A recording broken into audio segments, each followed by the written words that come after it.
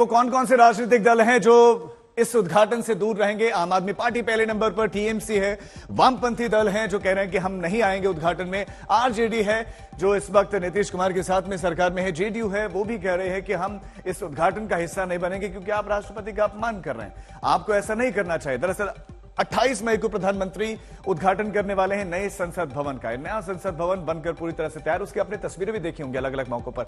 विपक्षी दलों का यह कहना है कि इसका उद्घाटन प्रधानमंत्री को नहीं राष्ट्रपति को करना चाहिए और 28 मई को वो दिन तय किया गया है जब उद्घाटन होना। पहले तो 28 तारीख को लेकर भी बहुत सारे प्रश्न उठाए गए कि आपने वही तारीख क्यों चुनी, लेकिन मांग यही है कि जब संसद के प्रमुख राष्ट्रपति, तो ऐसे में प्रधानमंत्री को उद्घाटन क्यों करना है? प्रधानमंत्री को उद्घाटन नहीं करना चाहिए।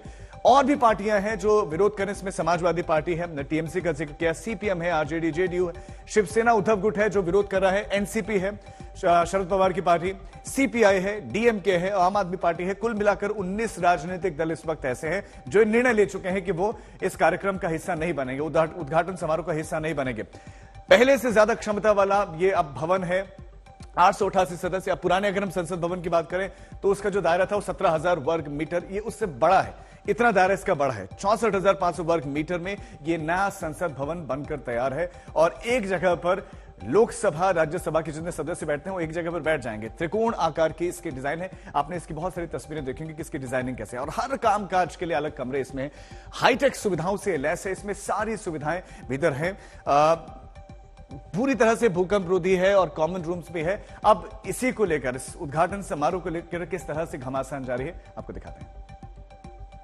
प्रधानमंत्री खुद करते हैं, ये राष्ट्रपति करना चाहिए।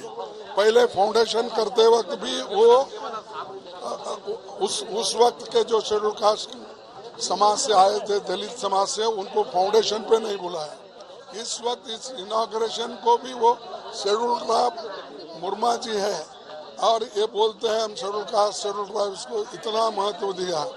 अरे जिस जगह महत्व देना है, उनकी गरिमा बढ़ाना है, उस जगह तुम उनको देते नहीं और बात के लिए, अपने वोटों के लिए ये बात कहकर दूर हो जाते। अच्छा, आप लोग कह रहे हैं इसको नहीं करना चाहिए, उनको करना चाहिए। भाई साहब, 2 डेट्स मैं आपको बताता हूँ। एक डेट है शायद अगस्त 1975 की, हाँ, जब इंदिरा जी प्रधानमंत्री थी, उन्होंने पार्लियामेंट एनेक्स की इनॉग्रेशन की थी, ठीक है। दूसरी डेट है जहां तक मुझे याद आता है 87 की, 15 अगस्त 87 में राजीव जी जब प्रधानमंत्री थे, उन्होंने पार्लियामेंट लाइब्रेरी की। अगर आपके हेड ऑफ गवर्नमेंट इनॉग्रेट कर सकते हैं पार्लियामेंट की एनेक्सी को और लाइब्रेरी को, तो हम इस समय के हेड ऑफ गवर्नमेंट क्यों नहीं कर सकते?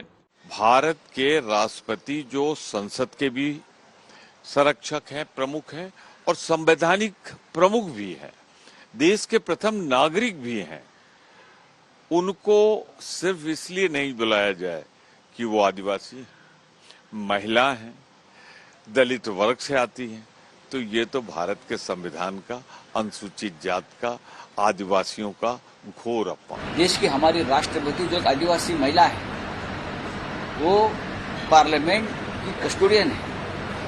आप उनको नहीं बुला रहे, उनको निमंत्रित नहीं कर रहे, उनके हाथों से नए संसद भवन का उद्घाटन करना ये प्रोटोकॉल है, लेकिन आप नहीं कर रहे हो। आप उसका एक पॉलिटिकल इवेंट कर रहे हो, प्रधानमंत्री के हाथों से उद्घाटन करें। इसलिए इस देश के सभी अपोजिशन पार्टी ने निर्णय लिया है कि हम उस कार्यक्रम के ऊपर बहिष्कार करेंगे और उस बहिष्कार में शिवसेना भी शामिल। सभी लोगों से बात हुई है हमारी और हम लोग जो है इसका हम लोग विरोध करेंगे, बॉयकॉट करेंगे। तो पहला सेशन है, हम लोगों का मानना है कि राष्ट्रपति जी जो हैं उनसे जो है उद्घाटन कराना चाहिए था, क्योंकि पार्लियामेंट के जो हेड होते हैं एक तरह से वो राष्ट्रपति ही होते हैं और उनसे ना करा करके ये कहीं ना कहीं से राष्ट्रपति जी का अपमान जो है वो किया जा रहा है। तो हम लोग चाहते हैं कि पहला जो सेशन जो है, जो उद्घाटन जो भी हो रहा है, इसका सभी विपक्ष के दल मिल करके जो है बॉयकॉट कर। महंगाई चरम सीमा पर, बेरोजगारी चरम सीमा पर, ऐसी स्थिति में आप नए संसद भवन में बनाने का जो हमारे पुरखों की विरासत थी, आपने सीधे तौर पर जो पुरखों की विरासत है उसके प्रति आपके मन में सम्मान का भाव नहीं है, आप केवल राजनीतिक कलाबाजी कर रहे हैं, इसलिए हमारी पार्टी भाग नहीं ली। तो हर पक्ष कह रहा है कि हम सही है। हमारे संवाददाता जितेंद्र बहादुर सिंह इस खबर पर ज्यादा जानकारी के साथ जुड़ गए। जितेंद्र, जब दोनों ही पक्ष कह रहे हैं कि हम सही, तो फिर सही एग्जैक्टली कौन और गलत कौन? देखिए, विपक्षी पार्टियों की तरफ से अलग अलग तरीके की बातें कही जा रही हैं और उनकी तरफ से कहा जा रहा है कि राष्ट्रपति को इसके उद्घाटन के लिए बुलाया जाना चाहिए। लेकिन अगर सत्ता पक्ष की बात करें तो उनकी तरफ से ये साफ कर दिया गया है कि इससे पहले भी संसद भवन के अंदर कई बिल्डिंगों का उद्घाटन किया गया और उनकी तरफ से उदाहरण दिया गया और ये कहा गया कि पार्लियामेंट एनेक्सी के बिल्डिंग का जब उद्घाटन किया गया तो उस दौरान की जो प्रधानमंत्री इंदिरा गांधी थी उनकी तरफ से किया गया और इसके साथ ही पार्लियामेंट लाइब्रेरी का जब शिलान्यास किया गया तो राजीव गांधी की तरफ से ये पूरा किया गया। तो सत्ता पक्ष इस बात को लेकर के कह रहा है कि इसमें किसी भी तरीके से सवाल खड़ा करने की जरूरत नहीं है। विपक्षी पार्टियों की तरफ से इस बात को लेकर के सिर्फ मुद्दा बनाया जा रहा है। गृह मंत्री अमित शाह ने आज जो प्रेस कॉन्फ्रेंस किया उनसे जब सवाल किया गया तो उन्होंने कहा कि आज के दिन इस बात को लेकर के राजनीति बड़ा प्रश्न यह है कि संसद कंप्लीट तभी होगी जब विपक्ष के दल भी वहां पर होंगे, विपक्षी दलों के सांसद वहां पर होंगे। ऐसे में क्या किसी तरह का असर इस बहिष्कार से उद्घाटन समारोह पर पड़ सकता है?